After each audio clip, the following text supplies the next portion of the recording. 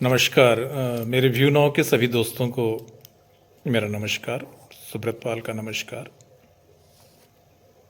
आज मैं फिर से वीडियो बनाने के लिए यहाँ आप लोगों के बीच में आया हूँ, और ख़ासकर उन लोगों के लिए जो व्यू नाउ के केस के बारे में सूचना नहीं पाते हैं। लगभग 1 लाख परिवार के आसपास हमारे सदस्य हैं व्यू नाउ परिवार के। तो ये संभव नहीं है कि सारे परिवार के लोगों को प्रॉपर सूचनाएं व्यक्तिगत रूप में मिलती रहे। हाँ, आज के डेट में व्यू नाउ के बहुत सारे ग्रुप्स हैं। उन ग्रुप्स में कुछ लोग जुड़े हुए हैं और उन ग्रुप्स में बातें होती हैं, और उस ग्रुप्स के माध्यम से उन लोगों को सूचनाएं मिलती रहती हैं, कोर्ट के अपडेट्स मिलते रहते हैं, क्या चल रहा है, कैसे चल रहा है। लेकिन हमारे 1 लाख परिवार के बहुत सारे ऐसे सदस्य हैं जिनको सूचना नहीं मिल पाती है, और सूचना नहीं मिलने से वो परेशान है। कठिन परिस्थितियों में तो सभी है, वो परेशान है, क्योंकि सूचना मिल जाने से इंसान का समय भी कट जाता है। भरोसा तो सबको है, लेकिन क्या चल रहा है, कैसा चल रहा है, ये नहीं पता चल पाता है। तो आज व्यक्तिगत रूप से मैं उन लोगों के लिए वीडियो बना रहा हूँ। और एक बार इस वीडियो का आगाज़ मैं उन शब्द के साथ कहना चाहता हूँ सभी के लिए कि अब कुछ समय की ही बात है।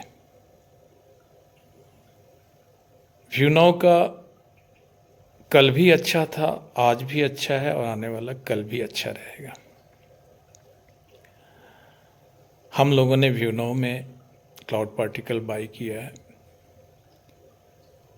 और क्लाउड पार्टिकल बाई करने के बाद में व्यू नाउ ने नियमित रूप से अपने वादे के मुताबिक हर महीने 1 तारीख और 5 तारीख के बीच में हमारा जो वैधानिक किराया है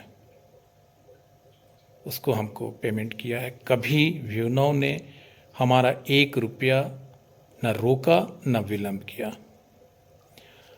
और ये सिलसिला अक्टूबर 2024 तक लगातार बना रहा। लेकिन माह नवंबर 2024 से हमारा किराया बंद हो गया। इसलिए बंद हो गया कि माह अक्टूबर में भारत की जांच एजेंसी, सम्मानीय जांच एजेंसी ईडी के द्वारा व्यू नाउ का सर्च किया गया। अपनी नियमित जो उसकी प्रक्रिया होती है सर्च की, वो जांच उन्होंने किया, और जांच के उपरांत व्यू नाउ के सारे बैंक अकाउंट्स को फ्रीज़ कर दिया। अब बैंक अकाउंट फ्रीज़ हो जाने से हम लोगों को नवंबर 2024 के बाद से किराया आना बंद हो गया। व्यू नाउ ने इसके बाद बहुत प्रयास किया कि उनके बैंक अकाउंट्स खुल जाएं। उन्होंने विभिन्न माननीय न्यायालय के समक्ष याचिका दायर की, और बैंक अकाउंट अनफ्रीज करने के लिए एक याचिका पंजाब और हरियाणा हाई कोर्ट में भी लगी हुई थी। पंजाब हरियाणा हाई कोर्ट में इस याचिका पर सुनवाई के बाद में माननीय न्यायालय के द्वारा एक गौरवमयी आदेश जारी किया। चाहता तो व्यू नाउ के प्रकरण को डिसमिस कर सकता था, लेकिन माननीय न्यायालय ने ऐसा नहीं किया। उन्होंने आदेश जारी किया और व्यू नाउ के पक्ष में ये कहा कि आप अपने पक्ष को लेकर या अपने प्रकरण को लेकर एडुकेटिंग अथॉरिटी के पास जाइए, क्योंकि इस मामले में जो पीएमएलए लगा हुआ है उसमें भारत सरकार के द्वारा जो जिम्मेदारी दी गई है वो एडुकेटिंग अथॉरिटी को दी गई है। वो जो कंपनी की संपत्ति है या इस तरह के जो बैंक अकाउंट्स फ्रीज होते हैं तो उनके प्रकरण वहाँ चलते हैं। तो माननीय न्यायालय द्वारा ये सलाह दी गई या यह आदेश दिया गया कि आप अपने पक्ष को लेकर एडुकेटिंग अथॉरिटी के पास जाइए। इस बीच क्या हुआ कि फरवरी 2025 में हमारे सुखी सर को जो केस था उसमें गिरफ्तार कर लिया गया, मैडम को गिरफ्तार कर लिया गया, आरिफ सर को गिरफ्तार कर लिया। मनी लॉन्ड्रिंग का केस या पीएमएलए का केस। इसके बाद उनको सुखी सर, मैडम और आरिफ सर को रिमांड पे लिया गया। रिमांड पे लेने के बाद में जुडिशल कस्टडी में लिया गया और जांच एजेंसी के द्वारा पीएमएलए कोर्ट जालंधर में विनोद के विरुद्ध जो है चार्जशीट दाखिल हुई 24 अप्रैल 2025 को। माननीय पीएमएलए कोर्ट के द्वारा 24 अप्रैल को ही इस मामले को संज्ञान में ले लिया और पीएमएलए कोर्ट के द्वारा यहाँ एक बहुत बड़ी गलती की गई।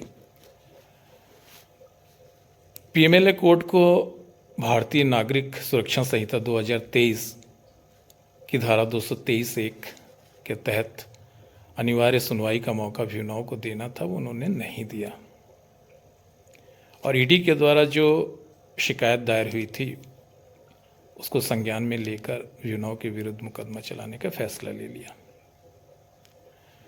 चूंकि ये अपॉर्चुनिटी विनोद को नहीं मिली तो हमारे एडवोकेट्स ने पंजाब हरियाणा हाई कोर्ट में माह जुलाई 2025 में एक याचिका दाखिल की, 7 बिंदुओं की याचिका दाखिल की।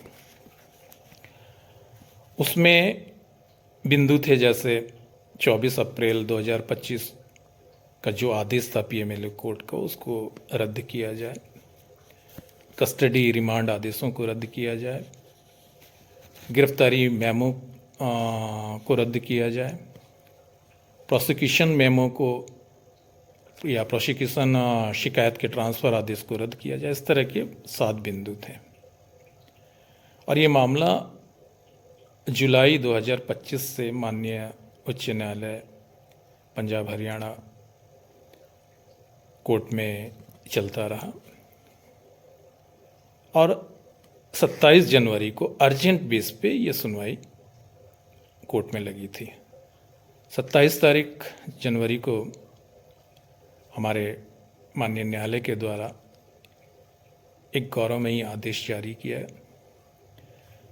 और इस दरमियान जो वहाँ सुनवाई हुई उसमें हमारे एडवोकेट्स ने सभी सारे 7 बिंदुओं पर ध्यान केंद्रित नहीं किया, बल्कि एक बिंदुओं पर विशेष कर जोर दिया कि जो पीएमएलए कोर्ट के द्वारा जो 24 अप्रैल 2025 को जो संज्ञान आदेश जारी किया है उसमें विनोद को प्रॉपर सुनवाई का मौका नहीं दिया गया है, इसलिए उसको रद्द किया जाए। इसमें बहस के दौरान हमारे जांच एजेंसी के जो एडवोकेट्स हैं उनके द्वारा भी इस पर किसी प्रकार की आपत्ति नहीं की गई। इस चीज़ को माना गया कि हाँ, सुनवाई का मौका नहीं दिया।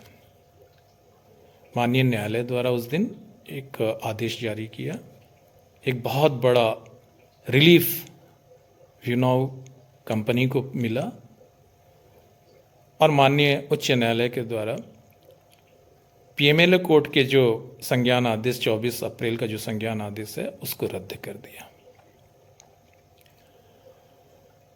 मतलब आज की डेट में यदि देखा जाए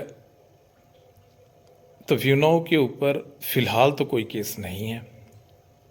सुखी सर जरूर कस्टडी में है और सुखी सर के ऊपर ईडी के द्वारा जो शिकायत की गई है वो आरोप अभी भी लगे हुए हैं, क्योंकि माननीय उच्च न्यायालय के द्वारा अन्य किसी बिंदुओं पर कोई राय नहीं दी गई है। तो जो आरोप लगे हैं वो आरोप अभी भी लगे हुए हैं, लेकिन मामला फिर से वापस जालंधर पीएमएलए कोर्ट को भेज दिया गया है इस आदेश के साथ कि 24 अप्रैल 2025 के आदेश को निरस्त करते हुए कि आप विपक्षी पक्ष को जो है सुनवाई का पूरा मौका दें और कानूनी रूप में उचित आदेश पारित करें। 31 जनवरी को वैसे भी हियरिंग की डेट थी पीएमएलए कोर्ट में और उस दिन हियरिंग हुई। हमारे सुखी सर भी आए थे उस दिन और उस दिन पीएमएलए कोर्ट में सुनवाई हुआ, हियरिंग हुआ, जिसमें दोनों पक्ष के वकील वहाँ, एडवोकेट्स वहाँ हमारे उपस्थित हुए थे। और उस दिन दोनों पक्षों के एडवोकेट्स के अनुरोध पे इस मामले में संज्ञान लेने के बिंदु पर बहस के लिए 24 फरवरी का दिन निश्चित कोर्ट ने किया। दोनों ने समय मांगा।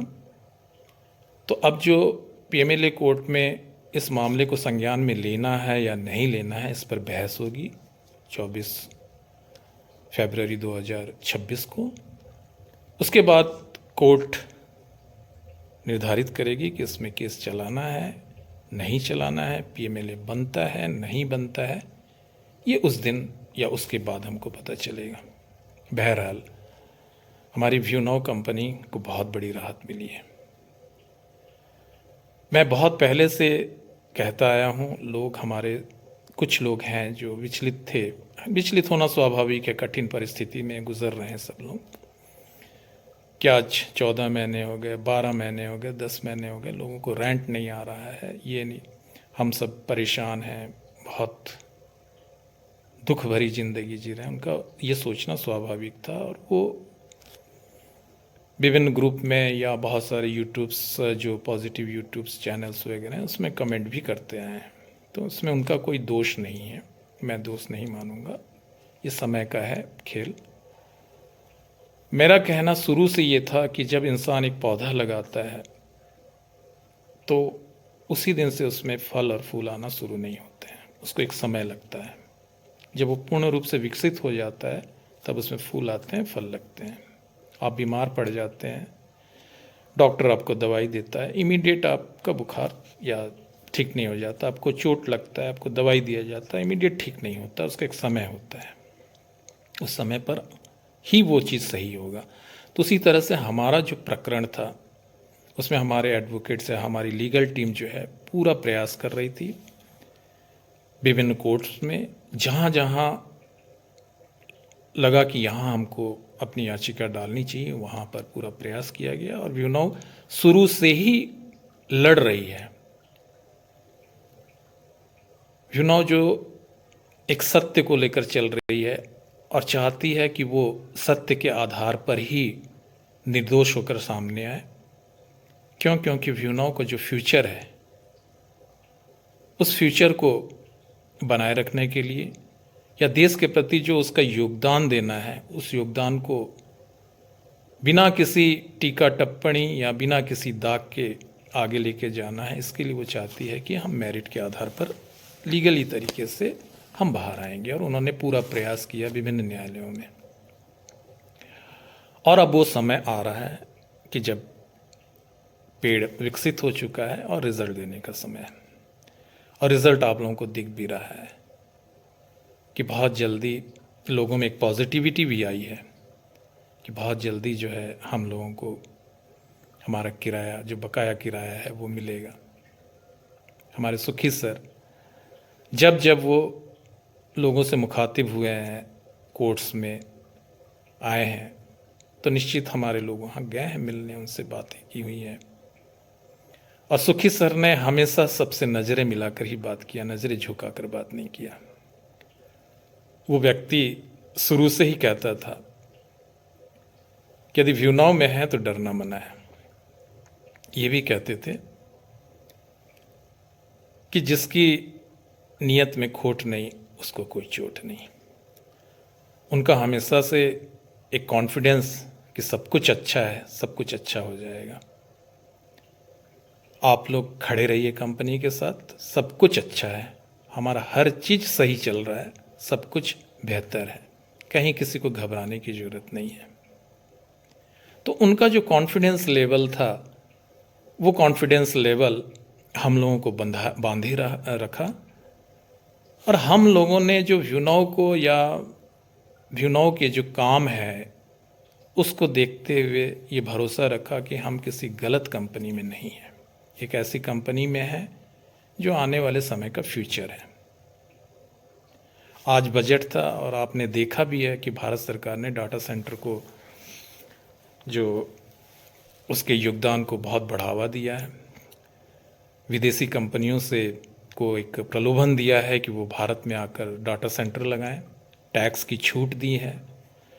तो निश्चित हमारा देश जो है वो भी डाटा सेंटर के लिए अग्रसर है और चाहता है कि इंडिया जो है, भारत जो है, एक डाटा सेंटर का बहुत बड़ा हब बने। एआई टेक्नोलॉजी के माध्यम से जो आने वाले काम हैं वो बहुत बेहतर तरीके से हों, जिसके लिए हमको, भारत को, बहुत सारे डाटा सेंटर की आवश्यकता होगी। और हमारा व्यूनाव तो पायोनियर है ईडीसी का, जो आने वाले समय के लिए एक बहुत महत्वपूर्ण भूमिका निभाएगी कि बड़े डाटा सेंटर के डाटा को स्थानीय स्तर पर प्रोसेस करके जो लेटेंसी का प्रॉब्लम है उसको दूर करेगी। हर ब्लॉक में, हर गांव में, हर शहर में छोटे छोटे ईडीसी लगाएंगे।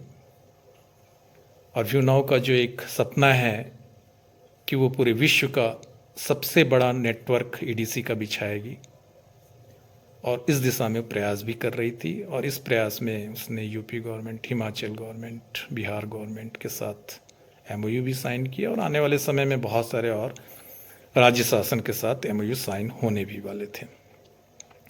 तो हम सब कोई ऐसी वैसी कंपनी में नहीं थे जो आने वाले समय का मांग है, जिस पर पूरी दुनिया टिकने वाली है, ऐसी टेक्नोलॉजी वाली कंपनी के साथ हम लोग थे। और हम लोगों ने वहाँ पर क्लाउड पार्टिकल बाई किया, और उस क्लाउड पार्टिकल को हम लीज में देकर हर महीने एक इनकम किराए के रूप में ले रहे थे, बिना किसी रुकावट के।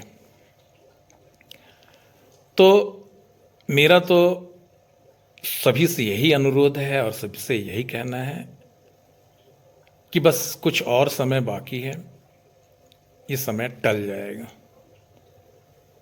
हमारे सुखी सर जो हमको किराए का भुगतान करेंगे वो बहुत जल्दी हमारे सामने होंगे। मैडम हमारे सामने होंगी, आरिफ निसार सर हमारे सामने होंगे, और हमारा जितना भी बकाया है वो सब हमको मिलेगा, ब्याज सहित मिलेगा। हमने जितनी कल्पना नहीं की थी या जितना सोचा नहीं था उससे ज़्यादा मिलेगा।